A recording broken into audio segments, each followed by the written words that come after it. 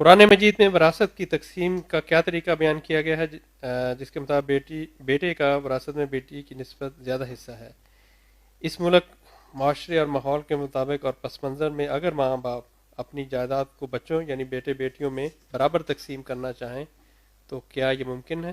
پہلی چیز تو یہ سمجھ لیجئے کہ جو اللہ تعالیٰ کا قانون ہے اس کے دو حصے ہیں۔ اس کا پہلا حصہ یہ ہے کہ اگر آپ کے نزدیک آپ کے کسی بیٹے، کسی بیٹی، کسی بہن، کسی بھائی، کسی دوست، کسی کی بھی کوئی ضرورت ہے یا کسی نے آپ کی کوئی خدمت کی ہے اور آپ اس کا کوئی معاوضہ دینا چاہتے ہیں تو آپ اس کے حق میں وصیت کر سکتے ہیں، یعنی رشتہ داری کی بنیاد پر نہیں بلکہ خدمت اور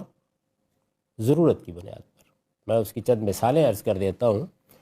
دیکھیے، بعض اوقات ایسا ہوتا ہے کہ آپ کے بچے ہیں، پڑھ لکھ لیے، آپ نے ان کی شادی کر دی، وہ اپنے پاؤں پر کھڑے ہو گئے،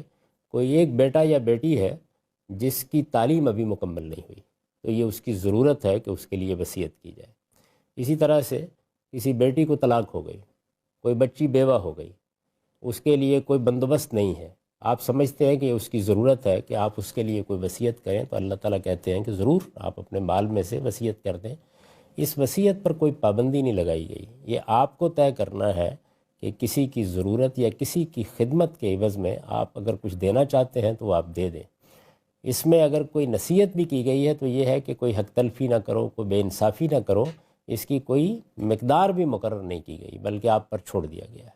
تو اللہ تعالیٰ کہتے ہیں کہ پہلے تو آپ اپنا جو حق ہے اس کو پورا کریں، یعنی دیکھیں، کیونکہ یہ ضرورتیں ایسی نہیں ہیں کہ جن کے لیے کوئی عمومی یا جنرل لا بنایا جا سکے۔ ہر آدمی کا اپنا خاندان ہے، اپنے اس کے معاملات ہیں، ان کے لحاظ سے وہ اپنی بیٹی کے بارے میں وصیت کرنا چاہتا ہے، بیٹے کے بارے میں کرنا چاہتا ہے، جتنی کرنا چاہتا ہے، بس اس کو یہ بتانا پڑے گا کہ اس کی بنیاد کیا ہے، کیوں وصیت کر رہا ہے۔ کوئی ضرورت ہے، کسی خدمت کا عوض ہے۔ بارہ ایسا ہوتا ہے کہ آپ کے باقی بچے آپ کو چھوڑ کے چلے جاتے ہیں، کوئی ایک بچہ اپنا بعض اوقات کیریئر بھی خراب کر بیٹھتا ہے اور وہ ماں باپ کی خدمت کرتا ہے، ان کے پاس رہتا ہے، تو ماں باپ اگر اس کے لیے کوئی وصیت اس کی اس خدمت کے عوض میں کرنا چاہیں تو ان کو حق حاصل ہے۔ تو پہلے وصیت کی جائے گی، اس وصیت سے اگر کچھ بچ جاتا ہے تو پھر اللہ تعالیٰ نے یہ فرمایا ہے کہ وہ رشتہ داروں میں، یعنی اب ضرورت اور خدمت ختم ہو گئی، رشتہ داروں میں اللہ کے قانون کے مطابق تقسیم ہونا چاہیے۔ یہ معاملہ اللہ نے اپنے ہاتھ میں کیوں رکھا ہے؟ اس لیے کہ رشتہ داری کی بنیاد میں کس کو کتنا ملنا چاہیے، اگر ہم اس کا فیصلہ کریں گے تو گویا اپنی ترجیح کو واضح کریں گے اپنے عمل سے، اور اپنے پیچھے بہت سے جھگڑے چھوڑ جائیں گے۔ کوئی کہے گا کہ دیکھیے، عزیز تو میں زیادہ تھا، دے ان کو زیادہ دیا، محبت میرے ساتھ زیادہ تھی، یہ دیکھیے کیا معاملہ کیا۔ چنانچہ آپ اس وقت دنیا بھر میں جو میراث کے قوانین نافذ ہیں ان کا مطالعہ کریں، یہ بالکل واضح ہو جاتا ہے کہ انسان کے فیصلے کبھی بھی منصفانہ نہیں ہوتے۔ حکومتیں بھی مل کر جب اس طرح کے فیصلے کرتی ہیں تو بے انصافی کرتی ہیں۔ مثلا آپ دیکھیے، اس وقت یو کے کا، انگلستان کا جو سب سے پرانی جمہوریت ہے، اس کا جو میراث کا قانون ہے، اس میں اگر کوئی آدمی دنیا سے رخصت ہو جائے اور اس کے پاس 1,25,000 پاؤنڈ کے قریب ہوں تو سب رشتہ دار محروم ہیں، پھر صرف بیوی کو مل جاتا ہے۔ اس سے زیادہ ہو تو بیوی کو کروڑوں پاؤنڈ بھی ہوں تو 1,25,000 پاؤنڈ سے زیادہ نہیں ملتا، باقی سارا کا سارا اولاد کو مل جاتا ہے۔ اولاد نہ ہو تو والدین کو ملتا ہے۔ تو یہ آپ خود اندازہ کر سکتے ہیں کہ اس کے اندر میں اگر تجزیہ کروں تو میں بتا سکتا ہوں کہ کتنی بے انصافی ہے۔ یعنی وہ والدین جنہوں نے آپ کو وجود بخشا، جنہوں نے پرورش کی، جنہوں نے کم و بیش آج کے زمانے میں 30-35 سال تک ذمہ داریاں اٹھائے رکھی، آدھی زندگی کے پیچھے وہ کھڑے ہوتے ہیں، وہ مکمل طور پر محروم کر دیے جاتے ہیں۔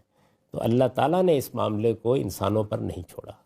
چنانچہ یہ کہا ہے کہ ضرورت اور خدمت کی بنیاد پر جو وصیت کرنی ہے آپ پہلے کر لیں، جو اس کے بعد بچے گا رشتہ داری کی بنیاد پر وہ اللہ کے بتائے ہوئے طریقے سے تقسیم ہوگا۔ پھر جب وہ طریقہ بتایا ہے تو اس سے پہلے یہ بھی واضح کر دیا ہے کہ اس کی بنیاد کیا ہے، یعنی اللہ تعالیٰ نے تقسیم کس بنیاد پر کی ہے۔ تو یہ فرمایا ہے کہ جس سے انسان کو پوٹینشلی زیادہ منفعت پہنچتی ہے، اللہ تعالیٰ نے اس کو زیادہ حصہ دیا ہے، جس سے کم منفعت پہنچتی ہے اس کو کم حصہ دیا ہے۔ یہ بالکل انصاف پر مبنی قانون ہے، اس کو جذبات کی بنیاد پر نہیں بنایا گیا، منفعت کی بنیاد پر۔ چنانچہ یہ بتا دیا ہے کہ لا تدرون ایکم اقرب لکم نفع،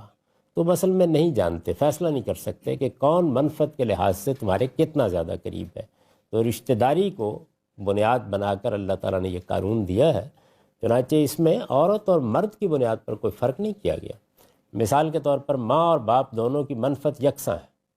دونوں کا حصہ 1/6 1/6 ہے، یعنی ماں کا حصہ بھی 1/6 ہے،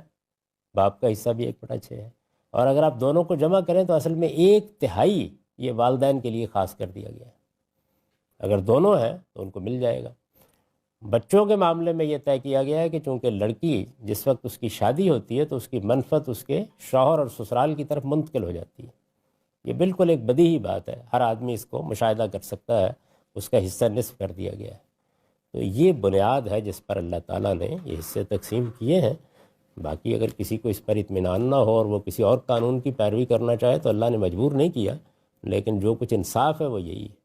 جذبات سے آپ کسی چیز کو دیکھنا چاہیں تو الگ بات ہے، اور پرفیکٹ لا ہے،